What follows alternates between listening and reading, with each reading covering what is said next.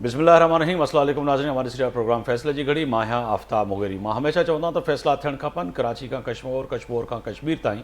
हिन वक़्तु तय आहे त महांगाई उरूज ते आहे। पाकिस्तान में हिन वक़्तु सियासी पारो जेको आहे वधंदे नज़र अचे पियो। जहिड़ी रीति पाकिस्तान जे मुख़्तलिफ़ हिसनि में गर्मी उरूज ते आहे, अहिड़ी रीति जेको आहे सियासी गर्मी भी वधंदे नज़र अचे पई। तय आहे त पाकिस्तान जी वॾी सियासी पार्टी यानी कि पाकिस्तान तहरीक इंसाफ़ ते ॿिनि ॾींहंनि खां वठी इहो ॻाल्हि थिए पई त विफ़ाक़ी काबीना में इहो बहस भी थींदो, इन ते ॻाल्हि भी थींदी, सोचो वीचार भी थींदो त इन पार्टी ते पाबंदी आयद कई वञे या इन सां गॾोगॾु आर्टिकल 6 यानी कि उन वक़्त जे डिप्टी स्पीकर ऐं उन वक़्त जे साबिक़ सदर यानी कि आरिफ अलवी जे मथां गद्दारी जो मुक़दमो आर्टिकल 6 जे तहत कयो वञे, उनजो भी फ़ैसिलो अॼु इन काबीना में न थी सघियो। पर अॼु जेकी तय आहे हिन फ़ैसिले जी घड़ी में जेके फ़ैसिला कया विया उहे हिन वक़्तु सम्झ खां ॿाहिरि आहिनि। अॼु ॻाल्हि कजे त विफ़ाक़ी काबीना इहो भी फ़ैसिलो कयो त हाणे पेट्रोलियम जी जेके क़ीमतूं आहिनि उहे कंपनियूं कंदियूं ऐं इंटरनेशनल मार्केट खे ॾिसी करे कंदियूं, यानी कि ओगरा यानी वक़्तनि वक़्तनि जेका क़ीमत घटि या वधि जो नोटिफिकेशन कढंदी, हाणे उहे वरी उन्हनि कंपनियुनि खे ई फ़ैसिलो करिणो पवंदो। इन सां गॾोगॾु अगरि ॻाल्हि कयूं त 9 मई जेके तबाही कंदड़ आहिनि उन्हनि खे भी कैफ़े किरदार ते पहुचायो वेंदो, छाकाणि त उन्हनि खे न छॾींदासीं इहो केतिरनि ॾींहंनि खां वठी ॿुधूं पिया। पर आख़िर इहो फ़ैसिलो कीअं थींदो, कहिड़ी रीति थींदो, छाकाणि त उहे माण्हू जेके गिरफ़्तार आहिनि शायदि उहे भी जेलनि में वेही करे इहे मनाज़र ॾिसंदा हूंदा त घटि में घटि असांजे मथां केस हले, का शइ साबित कई वञे या चयो वञे त तव्हां ॾोहारी आहियो ऐं सज़ा ऐं जज़ा जो भी फ़ैसिलो थियणु खपे, जेको अञा ताईं सिर्फ़ु विफ़ाक़ी हुकूमत ऐलानात जे हद ताईं मौजूदु आहे। इन खां वधीक अॻिते शयूं नज़र न पियूं अचनि। इन सां गॾोगॾु सिंध जे वॾे वज़ीर सईद मुराद अली शाह अॼु हज़ारे नौकरियुनि ॾियण जो ऐलान करे छॾियो। पर अॼु बदीन में मौजूदु वज़ीर आला इहो भी चयो त असां सिंध में हज़ारे नौकरियूं ॾिनियूं पियूं आहिनि, वधीक ॾींदासीं भी, पर का हिकु अहिड़ी सियासी जमात यानी कि MQM नथी चाहे त सिंध में माण्हुनि खे रोज़गार ॾियूं। ऐं तय आहे त हाणे नौकरियूं ॾेई करे ॿीहर सुरखरू थी करे वरी अवाम में वोट वठणु वेंदासीं, छाकाणि त हीउ साल रोज़गार जो ई आहे।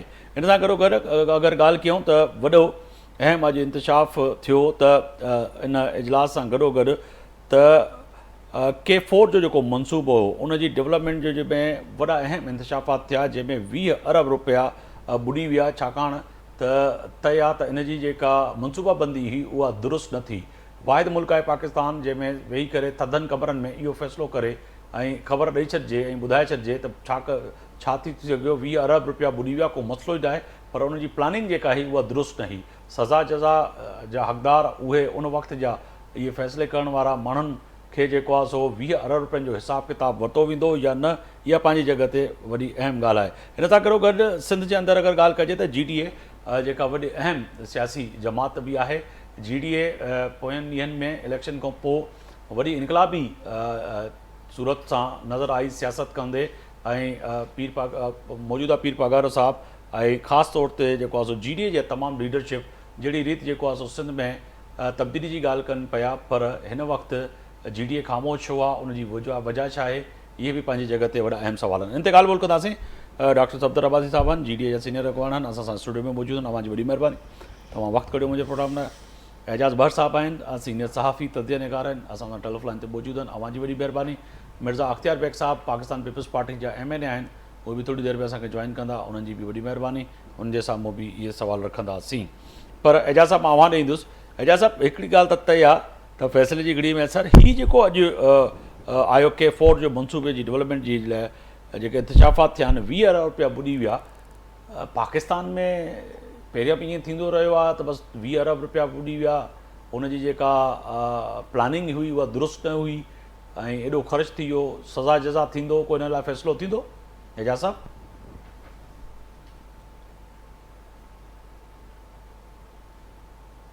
हिकिड़ो इन खां अखियूं चुरायूं पियूं वञनि, जहिड़े तरीक़े जी हिकिड़ी नाक़िस प्लानिंग कई वई। हिकिड़ो त टाइम तव्हां इंतिहाई ज़ाया कयो ऐं उन खां पोइ इहो वरी बहरिया फाउंडेशन जेको बहरिया वारनि जेका ठाही कराची बहरिया टाउन, उन पासे वरी उनखे मोड़ण जी कोशिश बि कई वई। ऐं इन जी जेका एग्जीक्यूटिंग एजेंसी हुई उहा केरु आहे, उनजो बि त पहिरों खणो न। उहे बि एतिरा ताक़तवर आहिनि जिते गवर्नमेंट जो जेके भले मिनिस्टर हुजनि, प्राइम मिनिस्टर हुजे, उन्हनि जा पर सड़ंदा आहिनि जो उन्हनि जे ख़िलाफ़ का बि कार्रवाई न थी सघंदी आहे। ऐं खोड़ सारा जेके बि पाकिस्तान जा वॾे में वॾा ठीका आहिनि या एतिरा जेके मेगा प्रोजेक्ट आहिनि उन्हनि जा ठेका बि उन्हनि खे ई मिलंदा आहिनि ऐं नतीजो इहो निकिरंदो आहे त उहे अध में प्रोजेक्ट छॾे वेंदा आहिनि या उन जा केतिरा ई कंपोनेंट उहे सबलेट करे छॾींदा आहिनि। अॻिते वरी नंढनि ठेकेदारनि खे कमु ॾींदा आहिनि, उन्हनि खां को पुछण वारो कोन्हे, न उन्हनि जी का ऑडिट आहे न को उन्हनि जी सज़ा जज़ा जो सिस्टम आहे। त ईअं थो लॻे त हीउ निज़ाम जेको आहे या हुकूमती निज़ाम उनजो ॾाढो मफ़लूज आहे ऐं उन्हनि खां को पुछण वारो कोन्हे। त इहो तरीक़ो जेको आहे उहो ठीकु न आहे। तव्हां हाणे रिसेंटली ॾिठो त अमेरिका में सदर ट्रम्प ते अटैक थियो त उन में सीक्रेट सर्विस जेको आहे उनजी नाकामी जो इतराफ़ कंदे डायरेक्टर खे जेको आहे त उहिदे तां हटायो वियो। ऐं हिते असां वटि जेको आहे त को सेक्शन ऑफिसर बि तव्हां कंहिंखे सज़ा ॾियण लाइ तयारु कोन्हे कयो ऐं तव्हां हेॾो वॾो मुल्क ऐं क़ौम जी क़िस्मत सां खेॾो पिया, उनजी तव्हां पैसा बि ज़ाया कया, टाइम बि ज़ाया कयो ऐं नतीजो तव्हांजो अची एंड रिज़ल्ट इहो थो बीहे त जी ग़लती थी वई, नाक़िस कारकर्दगी। भई टंगियो न कंहिंखे तव्हां हिन मामले में, जेको बि ज़िम्मेवार आहे त उनखे जेसिताईं सज़ा न मिलंदी त तेसिताईं इहा प्लानिंग जेको आहे नाक़िस प्लानिंग उहो कॾहिं बंदि थींदी। हे त माण्हू ख़्वाहिशनि मुताबिक़ पंहिंजा प्रोजेक्ट ठाराईंदा ऐं सुभाणे पोइ उनखे वरी पोइ छिकींदा रहंदा जालितारे जी। मूं तव्हांखे ॿुधायो त इन ई K4 वारे मनसूबे खे मुख़्तलिफ़ हिन में रुकावटूं पंहिंजी जाइ ते, पर इन में अदम दिलचस्पीअ जे करे कास्ट केॾी वधी वई आहे हिन जी। ऐं तव्हां छो हिकिड़े प्राइवेट हाउसिंग जेको आहे त प्रोजेक्ट जे लाइ हिनखे डाइवर्ट करण जी कोशिशि कई, उनजो केरु ज़िम्मेवार आहे? त उन सभिनी शयुनि जो मुंहिंजो ख़्यालु आहे त इहो थियणु घुरिजे, पर उहा विल या जेको आहे अख़्तियार उहो मूंखे नथो लॻे त हिन हुकूमत खे आहे जो हू उन्हनि सगारनि क़ुवतुनि जे ख़िलाफ़ का कार्रवाई करे सघनि। बिल्कुलु। मां डॉक्टर साहिबु अवां ॾे विधुमि हिकु त K4 जो मनसूबो जेका तव्हांजे साम्हूं महिल जी वॾी ख़बर आहे 20 अरब रुपया, या सम्झूं त हिन वक़्तु जेको मुल्क आहे जहिड़ी सूरत हाल मां गुज़रे पियो, महांगाई मां ऐं इन सां गॾोगॾु उन्हनि इमदाद मां IMF जे कर्ज़नि मां उन मुल्क में 20 अरब रुपए जो टीको जे या जेको आहे सो चइजे त छुरी हिकिड़े अवाम जे मथां फेरी वञे ऐं इन 20 अरब जो हिसाब किताब जी एजाज़ साहिबु चयो त तरक़ी याफ़्ता जेके मुल्क आहिनि दुनिया में उते त अहिड़ा वाक़िया थींदा आहिनि त उन्हनि माण्हुनि जेके त सज़ाऊं बि मिलंदियूं आहिनि उन्हनि खे त लटकायो बि वेंदो आहे, पर पाण वटि त अहिड़ी का आहे ई कान, मिसाल ई कोन्हे। मुंहिंजे साहिबु ॾिसो हिते वॾो हिकिड़ो इंस्टीट्यूशनल कोलैप्स मूंखे नज़र अची रही आहे। हिकिड़ो इदारनि जो जेको इनताद जंहिंखे चइजे, जिते को बि कंहिं बि क़िस्म जी ज़िमेदारी खणण लाइ तयारु न आहे। तव्हां गुज़िश्ता मुंहिंजे ख़्याल में घणो पोइ हिते नथा वञूं, पर 1985 खां पोइ हिकिड़ी स्कैंडल्स दर स्कैंडल्स सां सॼे पंहिंजो बॉडी पॉलिटिक्स में ॾिसो या ऑल ओवर द कंट्री ॾिसो त स्कैंडल्स दर स्कैंडल्स आया आहिनि, जंहिंमें अॼु ताईं कंहिं बि स्कैंडल में कंहिं बि तव्हां वॾे अहलकार खे या कंहिं बि वॾे शख़्सियत खे सज़ा न ॾेई सघिया आहियो। न जेको आहे सो जेके इदारा आहिनि, जेके एंटी करप्शन जा इदारा चयूं असां चवंदा नेशनल अकाउंटेबिलिटी ब्यूरो हुजे, जेके प्रोविंशियल इदारो हुजे, या जेके FIA जे हुजे, किथे बि जेको आहे सो तव्हां उनजो उन्हनि शख़्सियतनि जो एहतिसाब न करे सघिया आहियो। मां सम्झां थो उनजी बेसिक वजह आहे त इहे इंस्टीट्यूशन हिते कॉम्प्रोमाइज़ थी चुकियूं आहिनि। हिन महिल जेके सॼो माहौल जेको आहे कंहिं बि इंस्टीट्यूशन खे तव्हां ॾिसो त हिकिड़ी कॉम्प्रोमाइज़ पोज़ीशन आहे, जिते में हर माण्हू ॿिए खे जेको आहे इहो लीवरेज ॾियण लाइ तयारु आहे। हर जेको इदारो जेको आहे ॿिए खे लीवरेज ॾिए थो पियो, तव्हांखे जेको कुझु करिणो आहे पर तव्हांजी का पुछा गुछा न थींदी। अॼु बि तव्हांजा जेके बि क़ाइदीन चऊं, सियासी रहनुमा चऊं, सभु जा सभु न कंहिं स्कैंडल्स में इन्वॉल्व आहिनि, पर कंहिंजे मथां बि को उहो जेको चार्ज प्रूव न थी सघे। अल्टीमेटली जेको आहे सो उहे ई एंटिटीज़ जेके केस ठाहिनि थियूं पियूं, जेके उनखे परसू करण लाइ तमामु हर हद ताईं वञनि थियूं पियूं, पर पोइ ॾिसूं था पिया त उहे ई एजेंसीज़ विड्रॉ कनि थियूं पियूं, अलाउ कनि थियूं पियूं त कोर्टनि खे त पोइ आहे उहे उन्हनि सभिनी खे छॾे ॾियनि। सभिनी जो केस तव्हांजे साम्हूं आहे, मियां शहबाज शरीफ़ आहे, मियां नवाज़ शरीफ़ आहे, ज़दाई साहिबु सदर आहे, पर अॼु बि अरिड़हनि बिलियन जो केसिस उन्हनि जे मथां आहे। तव्हां पंहिंजो असांजो नूरियाबाद वारो स्कैंडल आहे, उन में मुराद अली शाह साहिबु अॼु बि इन्वॉल्व आहे, 3 साल थी विया आहिनि, उनजो को जेको आहे नतीजो कोन निकितो। अहिड़ी तरह जेको आहे हीउ K4 जो त हिकिड़ो वॾो स्कैंडल आहे। माना जीअं एजाज़ साहिबु चयो त बाबा तव्हां हिकिड़ी शइ खे अलाइनमेंट ई तव्हां हुनखे चेंज करण जी कोशिशि था कयो पिया। हिकिड़ो पैटर्न आहे जंहिं ते तव्हां हुनजी PC1 ठहे थी पई, कंहिं बि प्रोजेक्ट जी हिकिड़ी PC1 ठहे थी पई, तव्हां हुनखे कंटिन्यू कयो न। तव्हां हुन में तब्दीलियूं हाणे हुनजी अलाइनमेंट ई चेंज कंदो, ज़ाहिर आहे हुन में ख़राबी पैदा थींदी। छाजे करे जेको आहे जेके लेवल आहे, जेका वठणी आहे उन्हनि पाइपनि खे, उहो लेवल त उनखे उन PC1 जे मुताबिक़ वठणी आहे न। उन तव्हां उनखे चेंज करण जी कुझु कंदव त ज़ाहिर हुजे अलाइनमेंट तब्दील थींदी त हुन में का न का जेको आहे ख़राबी ईंदी, पर को पुछण वारो कोन्हे को। छाजे करे त बैरियर टाउन जेको आहे उनजे बारे में जेको आहे अॼु बि इहो ई तव्हां बैरियर टाउन जो ॾिसो त पंहिंजो असांजो MDA मिली डेवलपमेंट अथॉरिटी कहिड़े हिसाब सां हुनखे ज़मीनियूं ॾिनियूं। उहो सुप्रीम कोर्ट जेको आहे जेका ॾंड विधो 450 अरब रुपया, हुन में केतिरी जेको आहे रिकवरी थी सघी। त मां सम्झां थो त हिन में सॼो सिस्टम असांजो कॉम्प्रोमाइज़ थी चुको आहे ऐं को शख़्सियत को इदारो जेको आहे अॻिते वधी जेको आहे उन्हनि माण्हुनि खे जेको आहे सज़ा ॾियण लाइ तयारु न आहे या उन्हनि खे हथु करण लाइ तयारु न आहिनि जेके जेको आहे हिन सॼे पैमाने ते जेके डिसीजन मेकर्स आहिनि। थोरे हे जेका IPPs जो तव्हां इशू वठो, जेके डिसीजन मेकर्स आहिनि उनखे त तव्हां पकड़ण लाइ तयारु कोन्हे, नंढनि खे तव्हां छा कंदो। बिल्कुलु एजा साहब, ॿियो अॼु वॾो अहम हुई त 2 ॾींहंनि खां वठी इस्लामाबाद में ख़बरूं इहे बि अचनि पियूं त विफ़ाक़ी काबीना वटि वॾो अहम इहो बि फ़ैसिलो थींदो या उन ते गौर कयो वेंदो, जंहिंमें आर्टिकल 6 यानी कि उन वक़्त जे डिप्टी स्पीकर ऐं उन वक़्त जे सदर जे ख़िलाफ़ु जेको आहे आर्टिकल 6 जी जेको आहे मंज़ूरी वरिती वेंदी ऐं PTI ते पाबंदी जी ॻाल्हि बि। उनजी वजह छा आहे, कारण छा आहे? छाकाणि त विफ़ाक़ी वज़ीर इत्तलात प्रेस कॉन्फ्रेंस में त पंहिंजे में वाज़ह तौर ते चयो, कल्ह बि हिकिड़े टॉक शो में चयो त असां त बिल्कुलु फाइनल फ़ैसिले ते पहुतल आहियूं त पाबंदी वारे ते बि ऐं आर्टिकल 6 जे ते बि। वाक़ई सम्झो पिया त विफ़ाक़ी हुकूमत इहो करे सघंदी या इन जा असरात छा पवंदा सियासत ते? हिन गवर्नमेंट जी ओवरऑल परफॉर्मेंस या डिसीजन मेकिंग जे हवाले सां त काफ़ी शयूं तव्हांखे मूंझारनि जो शिकार नज़र ईंदियूं ऐं हीअ बि हिकिड़े क़िस्म जो मूंझारो आहे। ऐं उन मां ईअं थो लॻे त इहो हतमी फ़ैसिलो को हुकूमत या काबीना खे करणो कोन हो, कंहिं ॿिए हंधा हिननि खे शायदि अञा इशारो न मिलियो, जंहिंजे करे इहो फ़ैसिलो जेको आहे वरी हिकु दफ़ो पोइते हलियो वियो। जेतिरे क़दुरु मेरिट ऑफ द केस जी ॻाल्हि आहे त जॾहिं सुप्रीम कोर्ट उन वक़्त जे सदर, डिप्टी स्पीकर ऐं प्राइम मिनिस्टर जेको आहे त जेको बि कदम खयो हो उनखे जॾहिं गैर आइनी डिक्लेयर कयो हो त इहा सुप्रीम कोर्ट जी ज़िम्मेवारी हुई त उहे उन गैर आइनी कदम खणंदड़ माण्हुनि जे ख़िलाफ़ को एक्शन बि सजेस्ट कनि हा या उन्हनि जी सज़ा ऐं जज़ा जो तयन बि कनि हा, पर हुननि ईअं न कयो। पर इहो पंहिंजी जाइ ते रिकॉर्ड ते मौजूदु आहे त हुननि जेको बि उन्हनि कदम खयो हो उन कदम खे सुप्रीम कोर्ट जेको आहे उहो गैर आइनी करार ॾेई उनखे रद्द करे छॾियो। त इहो ग्राउंड मौजूदु आहे पंहिंजी जाइ ते, पर ॻाल्हि इहा आहे त जंहिं नेचर जो केस आहे उहो पंहिंजी प्योरली पॉलिटिकल नेचर जो केस आहे ऐं सियासी मामलनि में जॾहिं तव्हां इहे शयूं इन्वॉल्व कंदव त वधीक गंद थियण जो इम्कान हूंदो आहे ऐं शयूं स्मूथली सेटल न थींदियूं आहिनि ऐं अहिड़े क़िस्म जे फ़ैसिलनि या उपायनि सां नई वरी रूल ऑफ लॉ। एजा साहब तव्हां सीनियर सहाफ़ी आहियो, तव्हां हर दौर ॾिठा आहिनि, तव्हां जेके सिंध जा ॾिसंदड़ माण्हू आहिनि असां सम्झणु चाहींदासीं छा तारी हिकु हथ सां वॼंदी आहे या ॿिनि सां? विफ़ाक़ी हुकूमत चई बीठी आहे, पाकिस्तान पीपल्स पार्टी चई बीठी आहे त पार्लियामेंट जे अंदरि सियासी धुरियूं वेही करे ॻाल्हाइनि ऐं पोयनि ॾींहंनि में तव्हां इहा बि ख़बर ॾिठी त इमरान ख़ान अचकज़ई साहब खे ज़िम्मेदारी आयद कई त तव्हां जमहूरी फोर्सिस सां ॻाल्हायो ऐं हुनखे मैंडेट ॾिनो। इहे सभु शयूं गुम थियूं। पोइ चइजे त PTI जी बि किथे न किथे हिन वक़्तु कोताही आहे या ज़िद आहे त ॻाल्हाईंदासीं त उन्हनि सां ॻाल्हाईंदासीं जिथे ॻाल्हि सम्झी वेंदी। ॾिसो, मां सम्झां थो त ज़ाहिर आहे त सियासी धुरियूं जेके हूंदियूं आहिनि त उहे पॉलिटिकल प्रोसेस खे न छॾींदियूं आहिनि ऐं कॾहिं बि ॻाल्हियुनि जा दरवाज़ा बंदि न आहिनि कंदियूं जी।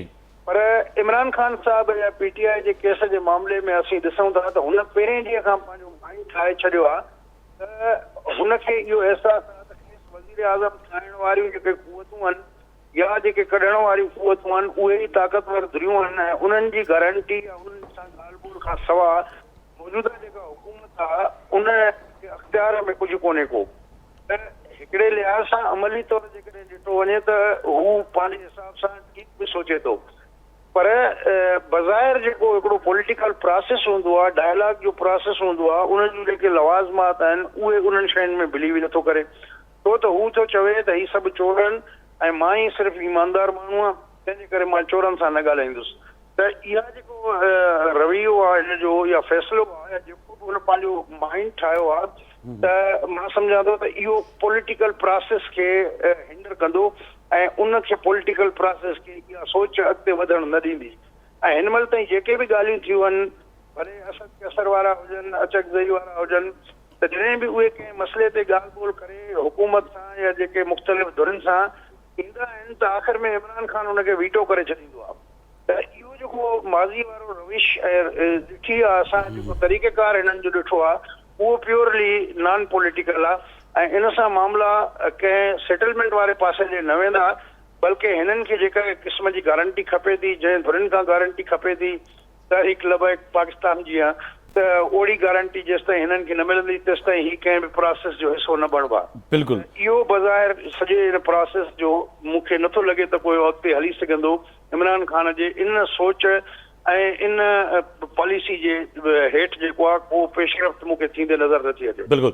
मिर्ज़ा इस्हाक़ साहब, बहुत बहुत शुक्रिया, आपने वक्त निकाला मेरे प्रोग्राम के लिए। सर ये फरमाइएगा कि 4 के मंसूबे की डेवलपमेंट की जो है वो नए नए इंतशाफात हुए, आज 20 अरब रुपए सर आपके मेरे पाकिस्तान के डूब गए प्लानिंग की वजह से, तो सज़ा जज़ा होगी?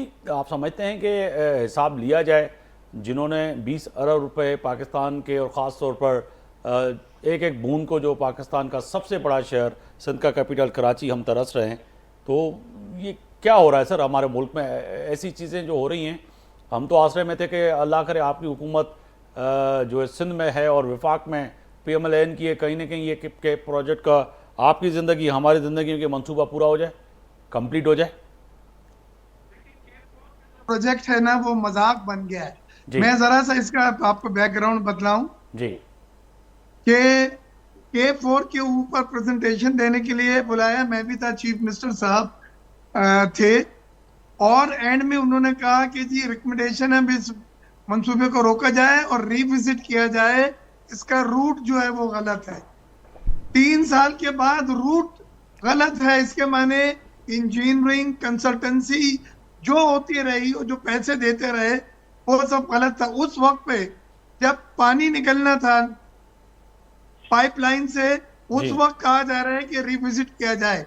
उसके बाद फिर ये दोबारा इसकी फिजिबिलिटी बनाई गई नए डायरेक्शन, नए रूट से, और उसकी कीमत 4 गुना बढ़ गई। तो ये गलतियां अफोर्ड नहीं कर सकती मुल्क जो है, शख्सियात तो कर सकते हैं, मुल्क नहीं कर सकते। सर वही है, हम एक तरफ IMF के सामने हाथ फैलाए हुए हैं कि अल्लाह के वास्ते हमें पैसे दे दें क्योंकि हमें मुल्क चलाना है, तनख्वाहें देनी है, जो है सिस्टम चलाना है। दूसरी तरफ से 20 अरब रुपए का टीका अगर इस मुल्क को, कौम को लग जाए तो ये तो सोच से ही पाला तर है कि कैसे। नहीं, तो अभी भी ये मरकजी हुकूमत ने प्रोजेक्ट ले लिया है K4 जी, उनकी टीम कंसल्टेंट्स वगैरह आ रहे हैं, लेकिन ये वो प्रोजेक्ट है जो पहले दिन से इसमें ब्लेंडर्स होते आए हैं, और यही वजह है कि K4 की ख्वाब की ताबीर मुझे नहीं नजर आ रही, इस प्रोजेक्ट की ताबीर मुझे नहीं नजर आ रही है, और सिंध हुकूमत को इसमें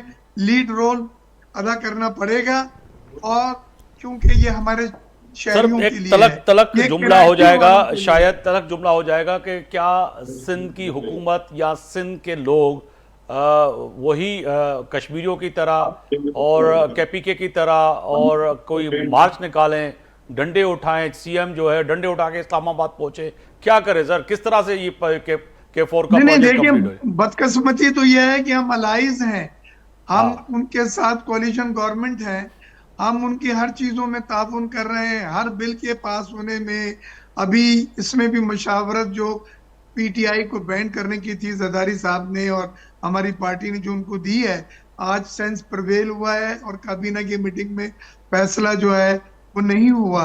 सर क्या तजवीज दी है? आप चाह रहे हैं कि PTI पे पाबंदी हो? नहीं, हम तो ये कह रहे हैं कि पहले ये इतनी चीज नहीं है कि इतनी जल्दी फैसला हो जाए। जिस तरह से प्रेस कॉन्फ्रेंस की थी टारर साहब ने, वो गलत तरीका था। ये एक बहुत संजीदा मैटर है, इसका रिपरकशन है मुल्क से बाहर। हम उनको भी कहते हैं कि आप डायलॉग के टेबल पर आए। सर एजाज उमर साहब भी हैं, मुझे भी, आप और हम तमाम जितने भी हैं, थोड़ा बहुत वक्त हो गया है मीडिया में तमाम सियासी, आप समेत तमाम सियासी जमातों को हमने कवर भी किया है। पहले तो हम PTI के लोगों को कहते थे कि ये नए दोस्त हैं, जल्दबाजी हो जाती है, मगर ये तारड़ साहब ने इतनी जल्दबाजी में प्रेस कॉन्फ्रेंस कर डाली। कल भी एक शो में कहा कि नहीं जी हमने हतमी फैसला किया हुआ है, तो तारड़ साहब हतमी फैसले की दावा कर रहे हैं। दूसरी तरफ आप जो कह रहे हैं कि ऐसे नहीं। देखें, आज काबीना की मीटिंग थी, कल भी ये मीटिंग थी, ये मीटिंग पोस्टपोन्ड हुई, फिर आज ये मीटिंग की गई जी और उसमें ये फैसला मौखर हो गया, कोई फैसला नहीं हुआ।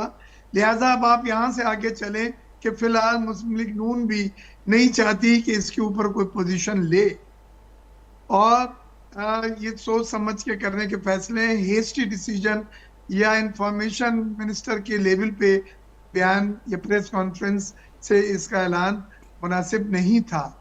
और हमने भी जो जरदारी साहब से मीटिंग हुई है और जो शहबाज साहब और उनकी सीनियर क़यादत आई है, उनको यही समझाया है कि इसको, हम आपके अलाइज हैं, हम कोalition में आपके साथ हैं, हम हुकूमत के साथ हैं और हम हुकूमत को सपोर्ट करेंगे, लेकिन इन मामलात के ऊपर हमने उन्हें एडवाइस किया है कि आप एक रिविजिट करें, इसको एक बार रीथिंक करें। और हमने दूसरी सियासी जमातों को भी दावत दी है कि आप डायलॉग के टेबल पर आएं। ये मसले जी हेस्टी ये जल्दी में फैसले करने वाले नहीं होते। बिल्कुल। मतलब दूसरी तरफ आज ये भी तो फैसला हुआ कि पेट्रोल की कीमत जो है ओगरा पहले तय करता था, अब जो है कंपनियां आलमी मंडी को देखते हुए वो तय होगा कि जी पेट्रोल की कीमत क्या किस तरह से कंट्रोल होंगी। फैसले समझ से बालातर है कि ये काबीना में जो फैसले, आप खुद एक बिजनेसमैन हैं, समझ सकते हैं कि पाकिस्तान के अंदर इस वक्त बिजली मज़ीद महंगी होती जा रही है, पेट्रोल मज़ीद महंगा होता जा रहा है। जो चीज़ें बढ़ जाती हैं, 5 रुपये पेट्रोल में बढ़ाकर 1 रुपया कम करते हैं, 15 रुपये कम करके 20 रुपये बढ़ा देते हैं, तो ये समझ से बालातर है कि ये फैसले काबीना से हो नहीं पा रहे। अब तो लोगों ने ये आम तासुर कायम कर दिया है, मगर ये समझता हूँ कि सोच लिया है कि अगले शायद 2 महीने में ये वफाकी हुकूमत घर को रुखसत हो जाए। देखिए, पहली चीज तो ये है कि ये ऑयल मार्केटिंग कंपनियां बहुत पहले से डिमांड थी कि हमें, आप हुकूमत जो रेगुलेट करती है जी। ये रेगुलेट न करे और हम अपनी कीमतें मुतयन करेंगे। लेकिन हुकूमत की जो पॉलिसी है वो मैं वाज़ेह बतला दूं। हुकूमत की पॉलिसी है कि इंटरनेशनल मार्केट में अगर तेल की कीमतें बढ़ती हैं तो उसका सार्फिन पे लोड जो है वो मुंतकिल होगा, और अगर इंटरनेशनल मार्केट में तेल की कीमतें जितनी भी कम होती हैं वो तेल की कीमतें सार्फिन की कम की जाएंगी, पेट्रोल डीजल की कीमतों में कमी की शक्ल में। और यही पॉलिसी चल रही है। मुशर्रफ का वो वक्त था, मुझे याद है, कि जब कीमतें बढ़ी और तेल $120 बैरल हो गया तो हम $80 बैरल के ऊपर कैलकुलेशन करके पेट्रोल और डीजल लोगों को देते रहे, तेल की कीमतें नहीं बढ़ाई, और वहां से हमारा जो खसारा हुआ था वो अनप्रेसिडेंटेड था। वो आज भी मैं कोट करते हुए भी घबरा रहा हूं। तो ये तो हो नहीं सकता कि इंटरनेशनल मार्केट में पेट्रोलियम मसनूआत की कीमतें बढ़े और आप ना बढ़ाएं। तो फिर ये चीज, या तो रिजर्व हो आपके पास, इतना जराए हो, वसाइल हो कि आप वहां से दे दें सब्सिडी की मद में, वो तो है नहीं आपके पास, तो खाने को नहीं है। लिहाजा अगर इंटरनेशनल मार्केट में कीमतें बढ़ती हैं पेट्रोलियम मसनूआत की, या पेट्रोलियम डेवलपमेंट लीवे जो बढ़ा है, पहले 20 रुपए था, फिर अभी 10 रुपए बढ़ाया 20 के बजाय, ये सब पास ऑन करना है, और वही गरीब सारिफ जो है वही इसका लोड उठाएगा और उसी के ऊपर इसका बोझ पड़ेगा। सर, विफाकी काबीना में विफाकी काबीना है, और ना IMF ने अलाउ करे आपको कि कोई सब्सिडी दें आप, चाहे पेट्रोलियम मसनूआत की मद में, चाहे पावर टैरिफ की मद में, गैस टैरिफ की मद में, या किसी और चीज के मद में। मिर्जा साहब, विफाकी काबीना ने पीका एक्ट के तहत खुसूसी अदालतें कायम करने का फैसला किया है, और मुख्तलिफ सूबों में जो है हाई कोर्ट और वहाँ की अदालतें जो हैं ये पीका एक्ट के तहत कार्रवाइयाँ जो हो रही हैं, पकड़ दकड़ होगी, उस पर वो उनको फैसले करेंगी, चलाएंगी।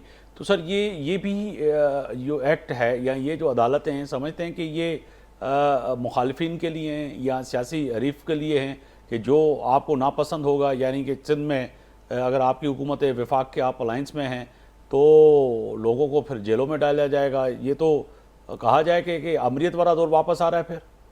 नहीं, ना पीपल्स पार्टी विंडक्टिव अप्रोच रखती है, ना हमने कभी अफ्ताब मुगहरी साहब अपने वक्त में इस तरह की कोई अप्रोच इख्तियार की है, ना हम इसके फेवर में, ना हम इसके कायल हैं।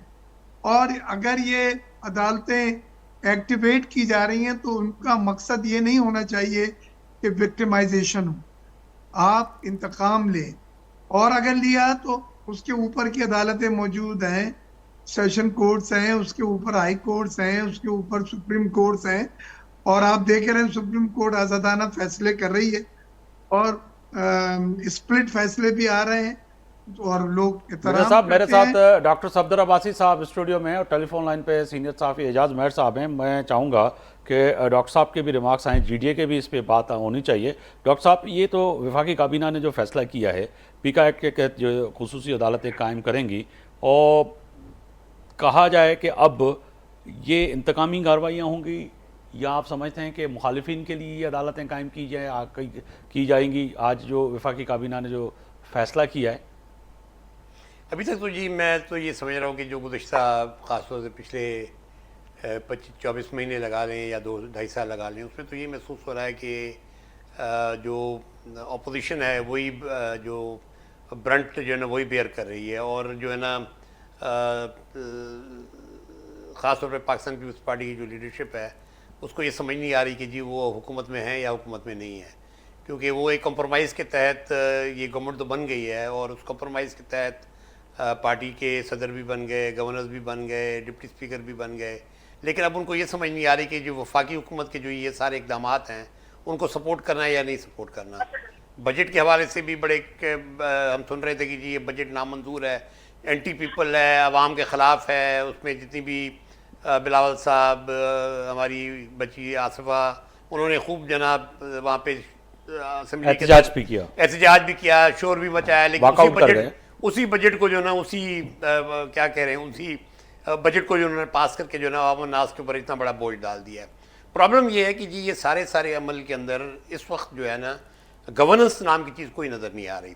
इस वक्त जो है ना हम हर चीज़ जो ना तवक्को करते हैं कि अवाम से हम वो जूस निकालें। प्रॉब्लम ये है कि जी ये जो टैक्सेशन का जो ये सारा का सारा जो मकासद हैं ये किस तरह पूरे हो सकते हैं जबकि अवाम के अंदर जितनी सख्त नहीं रही। आप नेचुरली कोई चीज़ करने जा रहे हैं, मसलन IPP की कैपेसिटी पेमेंट है, मतलब कोई आज इतना हौलनाक इंकशाफ हुआ है इतने सालों के बाद कि जी हम आज 24 रुपये जो है ये जो 60 रुपये का यूनिट हमें दिया जा रहा है कराची के अंदर, उसके 24 रुपये जो है ना हम दे रहे हैं उस पावर के लिए जो पैदा ही नहीं हो रहा, जो कि जनरेट ही नहीं किया जा रहा। यानी हमारे पास प्रोडक्शन बढ़ गई है लेकिन ट्रांसमिशन कोई नहीं है, कोई तरीका नहीं है कि जिस तरीके से हम उस बिजली की चोरी रोक सकें। तो प्रॉब्लम यह है कि इसका कौन जिम्मेदार है। अगर K4 की बात हो रही है तो K4 की क्या जिम्मेदारी आप वापडा पे डाल के छोड़ देंगे? बिल्कुल। सिंध हुकूमत क्या कोई जिम्मेदारी लेने को तैयार नहीं होगी।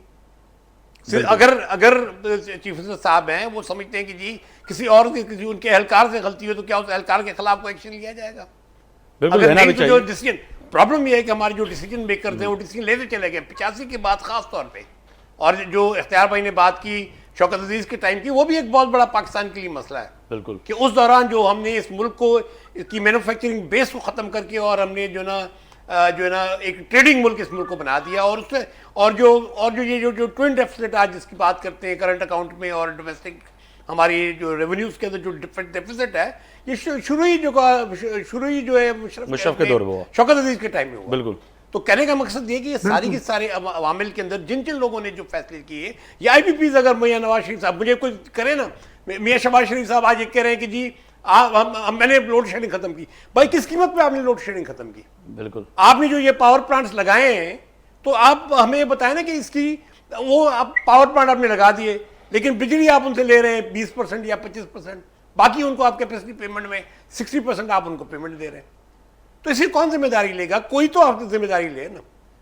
कुछ जितने हुक्मरान रहे हैं, मैं कुछ पीछे नहीं जाता, मैं 85 से शुरू करता हूँ, क्या चले उसके बाद हम 2000 में आ जाते हैं, हम छोड़ देते हैं 20वीं सदी को, हम 21वीं सदी में आ जाते हैं।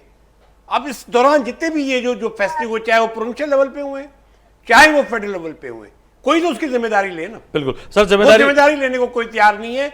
इदारे कॉम्प्रोमाइज हो चुके हैं, इदारे जिम्मेदारी लेने को तैयार नहीं है। इंडिविजुअल्स जो है ना वो खाता खोलते हैं, अपनी अपनी चीज़ें लेते हैं और फिर रवाना हो जाते हैं। बिल्कुल। तो ये जो इन्हतात है इंस्टीट्यूशनल कोलैप्स जिसकी मैं बात कर रहा हूँ, जब तक हम इसको रिबिल्ड नहीं करती, पाकिस्तान के आइंदा आने वाले दिनों में मुझे सीरियस किस्म की एनार्की नज़र आ रही है। बड़ी सीरियस। एजाज साहब, मैं आपकी तरफ भी आऊँगा। एजाज साहब, ये समझ में आ रहा है कि वफाकी काबीना ने जो पीका एक्ट की खुसूसी अदालतें कायम होंगी, समझते हैं कि पहले ही मुखालफिन बेचारे चलाते हुए नज़र आ रहे हैं, अपोजिशन चलाती हुई नज़र आ रही है, मज़ीद इससे इंतशाफ फैलेगा? ये तो कहें कि वफाकी हुकूमत जो फैसले कर रही है, ये तो आगे जाके जो कह रहे हैं, डॉक्टर साहब भी कह रहे हैं कि बड़ा इंतशाफ की तरफ जा रहे हैं, मुल्क या पाकिस्तान के लोगों को उस तरफ लेके जा रहे हैं। जी बिल्कुल, इसमें कोई शक नहीं कि हम अनारकी की तरफ बढ़ रहे हैं। और यहाँ पर जो अफराद बैठे हैं, बदकिस्मती ये है इस मुल्क की कि रियासत के मफाद जो है वो छोटे हो गए हैं और रियासती इदारों के मफाद भी महदूद हो गए हैं। अफराद के मफाद जो है वो वसी हो गए हैं और वो उन पर हावी हो गए हैं। तो एक ऐसा कार्टेल सा लगता है, जैसे अभी IPPs का जिक्र किया, मैं आपको याद कराऊं कि जो शुगर मिल्स हैं पाकिस्तान में वो बगास से ये बनाती हैं, ये बिजली बनाती हैं, और वो बगास वाली जो बिजली थी उसको उन्होंने डॉलर से मशरूत करके उनको रेट दे दिए। ये नेपरा ने इसका नोटिस लिया, नेपरा ने उस पर कहा कि नहीं ऐसा नहीं हो सकता, क्योंकि इसमें तो लोकल माल प्रोड्यूस है और वो भी आपकी वेस्ट ऑफ द जो चीज बाय प्रोडक्ट है उसकी है, तो लिहाजा हम इस पे ये डॉलर रेट मंसूब नहीं कर सकते। लेकिन जैसे ही ये PDM की पिछली गवर्नमेंट आई तो उस वक्त ये जहांगीर तरीन वगैरह ने बड़ी लॉ फर्म हायर की और नेपरा को नोटिस देके फिर वो वापस बहाल करा लिया। तो मकसद चवण जो त जॾहिं हिते माफ़िया वेठी अहिड़े अंदाज़ में कमु कनि जेके रियासत जे मफ़ाद खां मथां पाण खे सम्झनि ऐं उन्हनि जो स्टाइल बि अहिड़ो हुजे ऐं रियासत मजबूर थी वञे, रियासत जा इदारा मजबूर थी वञनि फर्दनि जे मफ़ादनि जे साम्हूं, त पोइ नतीजो अल्टीमेटली इहो ई निकिरंदो आहे। तव्हां ॾिठो त हिन दफ़े जेको आहे गवर्नमेंट 3900 रुपया कणक जो रेट मुक़ररु कयो, बिल्कुलु, ऐं भाण जी बोरी जो रेट हुयो 3400-3600, जेको भारत में 1200 रुपए में बोरी थी मिले, ऐं उहो 3600 वारो रेट ते बि अमल कोई न कराए सघियो। सभु असिस्टेंट कमिश्नर फॉर्चूनर गाॾियुनि में पंहिंजे कमरनि में, ऑफिस में, AC में, घर में वेठा रहिया, ऐं इहो साॻियो ई मिडिल मैन असांखे 5000 5.5 में बोरी ब्लैक ते विकिणंदो रहियो। त ही मुल्क आहे, अंधेर नगरी आहे, अफरा तफरी आहे, माण्हू काॾे वञे? तव्हांजी वधि में वधि जेका हिकिड़ी रूरल सपोर्ट आहे या जेको रोज़गार जी वॾे में वॾी सपोर्ट आहे, एग्रीकल्चर तव्हांजो सर्वाइवल आहे, त उन एग्रीकल्चर खे तव्हां कीअं तबाह कयो आहे? उहो 2800 रुपए में, को 2700 रुपए में माण्हू कणक जो खणण लाइ तयारु कोन्हे, जंहिंजी लागत 4000 4.5 आहे। त मक़सदु चवण जो त असां वटि जेके रेगुलेटरी, हाणे जी तव्हां रेगुलेटरी पई ॻाल्हि कई क़ीमतुनि जे, पेट्रोल जी क़ीमतुनि जे हवाले सां, त जॾहिं तव्हां इहा छूट ॾियो त बग़ैर त चवण जे लाइ इहा सुठी ॻाल्हि आहे, त बाबा सॼी इंटरनेशनल पर मिर्ज़ा साहब चवनि पिया त इहा जेका तबाही हुई, जीअं जेको आहे सो डॉक्टर साहब बि ॻाल्हि कई, मिर्ज़ा साहब इहा पिया ॻाल्हि कनि, उहा उन शौकत तरीन जे शौकत अज़ीज़ जे दौर खां वठी इहो अयूब खान खां वठी जेको बि दौर आहिनि, तव्हां सभिनी जो छेद कयो, पॉलिटिकल गवर्नमेंट्स हुजनि या जेको आहे त मिलिट्री गवर्नमेंट हुजनि, इहे सभु ओतिरा ई हिकु जेतिरा ई ज़िम्मेवार आहिनि, भाङे भाई वार आहिनि। पोइ खणी को घटि हूंदो, को वधीक हूंदो, त बहरहाल चवण जो मक़सदु इहो त जेका ॾिसो उहो हाणे जेको आहे त एतिरी करप्शन, ज़ियाउल वारे ज़माने खां पोइ जेका करप्शन ऐं बद इंतज़ामी, अख़्तियारनि जी मुदाख़लत, नाजाइज़ इस्तेमालु ऐं जहिड़ियूं हिकिड़ो मज़हब जे ओट में जेको आहे तव्हां मुल्क खे ॿेड़ो ॿोड़े छॾियो, हिकिड़े नए डगर ते चाढ़े छॾियो, अलाए काॾों जो काॾे निकिरी वियो मुल्क, त मुंहिंजे सभु ज़िम्मेवार आहिनि। को सिर्फ़ु पर सर एजाज साहब, जॾहिं पाण असां बि त जर्नलिस्ट माण्हुनि सां जॾहिं ॻाल्हायूं था, आम माण्हुनि सां, पाण बि ग्रास रूट्स जा माण्हू आहियूं, त माण्हू त चवनि पिया त असांजो त मुक़दमो को विढ़े ई कोन पियो, चाहे उहो GDA हुजे। मां GDA जे साम्हूं बि सवाल रखंदुमि, पीर साहब ऐं GDA जहिड़ी रीति जेको सिंध में वाइब्रेट तरीक़े सां अपोज़िशन जो किरदारु अदा करण जे लाइ निकिती, उहा बि गाइब थी वई। साईं जन साम्हूं वेठा आहिनि, पर वरी अहिड़ी रीति हिन वक़्तु जेका अपोज़िशन में चइजे त वधि में वधि वॾी जमात PTI पंहिंजी बेंचुनि ते पंहिंजी जेको आहे सो जान बचाइण जे लाइ मुश्किल में पयल आहे, त आम माण्हू जी पोइ ॻाल्हि केरु कंदो? चाहे उहो तव्हां बारदाने जी ॻाल्हि कई, तव्हां जेको आहे सो K4 प्रोजेक्ट जी पाणी जी ॻाल्हि कई, तव्हां जेको आहे सो पेट्रोल जी क़ीमत जूं ॻाल्हियूं कयो, पीका ऑर्डिनेंस जी ॻाल्हि कयो, त पोइ माना चइजे त हिन वक़्तु मुल्क जे अंदरि हर को पंहिंजी जान बचाइण जे लाइ मसरूफ़ आहे, त असांखे कीअं छॾियो वञे या जान बचाई वञे, त आम माण्हू जी त पोइ किथे तदावर न पियो थिए। बिल्कुलु बि नथो थिए, बिल्कुलु नथो थिए। ऐं आम माण्हू लावारिस थो सम्झे हिन रियासत खे। रियासत जेको हिकिड़ो पंहिंजे माउ जो किरदारु आहे, पंहिंजे शहरनि जे लाइ जेको अदा कंदी आहे, उहो रियासत वारो माउ जो किरदारु हिन रियासत में नज़र नथो अचे। ऐं माण्हू सभु मायूस आहिनि ऐं पंहिंजे हड़को जेको आहे त हुन में लॻो पियो आहे। जंहिंखे जेका अपॉर्चुनिटी या कोई रस्तो मिले थो त मुल्क छॾींदा था वञनि पिया। तव्हां ॾिठो त लखनि जे तइदाद में जेके पाकिस्तान में थोरी घणी इन्वेस्टमेंट कंदा, जंहिं दुकान हलाईंदा, का फैक्ट्री हलाईंदा, जिते 4-5 मुलाज़िम कमु कंदा, त उहे रोज़गार जा नंढा नंढा ज़रिया बि तव्हांजा बंदि थींदा था वञनि। इहा वॾी अवाम में मायूसी आहे ऐं इहा मायूसी जी लेवल तक़रीबन असां अनारकी वारे उन स्टेज में, उन ग्राउंड में दाख़िल थी चुका आहियूं। ऐं जेकॾहिं फौरी तौर ते उन जो अज़ालो न कयो वियो त भई ॻाल्हि इहा आहे त हिन मुल्क जो हिकिड़ो आर्मी चीफ आहे, उहो रिटायरमेंट खां पोइ त चए मुंहिंजे लाइ मुल्क सिक्योरिटी रिस्क आहे, मां परॾे थो वञा, हिते नथो रही सघां। वरी अफ़सोस जहिड़ी ॻाल्हि आहे त तव्हां अहिड़े मुल्क में उहो जेसिताईं वर्दी पातल आहे तेसिताईं त चए मां जेको आहे त मोइबे वतन आहे ऐं मूंखां वधीक को मोइबे वतन न आहे। तव्हां गदारनि जा पोस्टर त हणंदा हुआ, तो अञा बि तव्हां अॼुकल्ह पोस्टर हिकिड़ा हलनि पिया, कोयटा में बि लॻा आहिनि, हिते मुख़्तलिफ़ पंजाब जे शहरनि में बि लॻा आहिनि। भई हू त हेल यू आर यू गदार सभ खां वॾो जेको आहे त उहो केरु आहिनि? जेको मुल्क छॾे वञे उहो माण्हू मोइबे वतन आहे। त इहे गदार साज़ी जूं फैक्ट्रियूं बंदि थियणु खपनि ऐं रियल टर्म में जेकॾहिं हिन मुल्क खे आख़िरी कोशिशि बचाइण जी न कई वई त हीउ मुल्क न बची सघंदो। हाणे जेके हिननि जा तरीक़ेकार आहिनि, जेके माफ़ियाज़ ऐं कार्टेल जंहिं मुल्क कब्ज़ो करे चुका आहिनि मुकमिल तौर ते, जी इन सॼे माहौल में मां नथो सम्झां त मूंखे का चङाई जी उमेद नज़र अचे थी। मिर्ज़ा साहब, 9 मई की भी आज बात हुई कि उनके 9 मई के जो मुलविस लोग थे उनको भी कैफे किरदार तक पहुंचाएंगे। सर वजह क्या है, कौन रोक रहा है? कोई फैसले की घड़ी हो और गिरफ्तारियां जो हुई हैं उनको आगे बढ़ाएं, केसेस को आगे बढ़ाएं, सज़ा और जजा का तयन करें, वफाकी हुकूमत या पार्लियामेंट कोई फैसला करे, कोई जुडिशल कमीशन बनाए, कोई ना कोई तरीका हल तो निकालें। क्योंकि अब तो हम थक गए हैं, हम बींदा जर्नलिस्ट भी थक गए हैं, आम लोग सुनने वाले भी थक गए हैं कि जी रोज़ाना आप बताते हैं मगर फैसला तो होना चाहिए।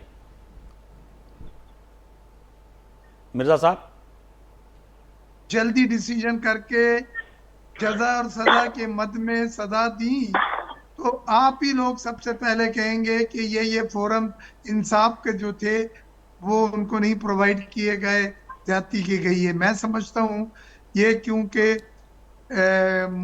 9 मई का जो वाकया है ये एक कंट्रोवर्शियल मैटर है जिसपे मुतजाद राय पाई जाती हैं।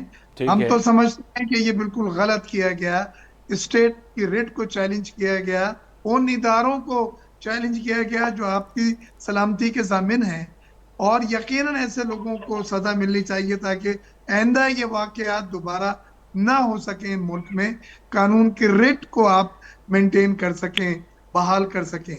लेकिन दूसरी तरफ दूसरा मौक़िफ़ भी है ना, लिहाजा इनको अदालतों में वो तमाम इंसाफ के तकाजे पूरे करने देने चाहिए। मैं समझता हूँ जो आपके सिस्टम में मौजूद है, जो कानून में मौजूद है, और उसके बाद बहुत कम फिर किसी को मौका मिल सकेगा कि वो एतराज कर सके, क्योंकि आपने वो तमाम स्टेप्स उनको प्रोवाइड करे हैं जिनसे गुजर के ये फैसले तक हुकूमत पहुंचेगी।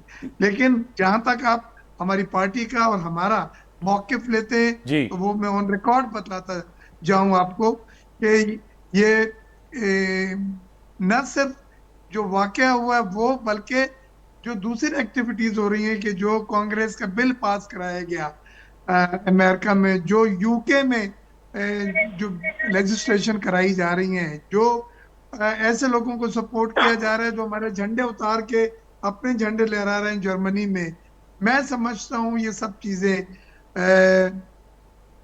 स्टेट से दुश्मनागी है और इसको आपने आयरन हैंड से, एक सख्त हाथों से निमटना होगा।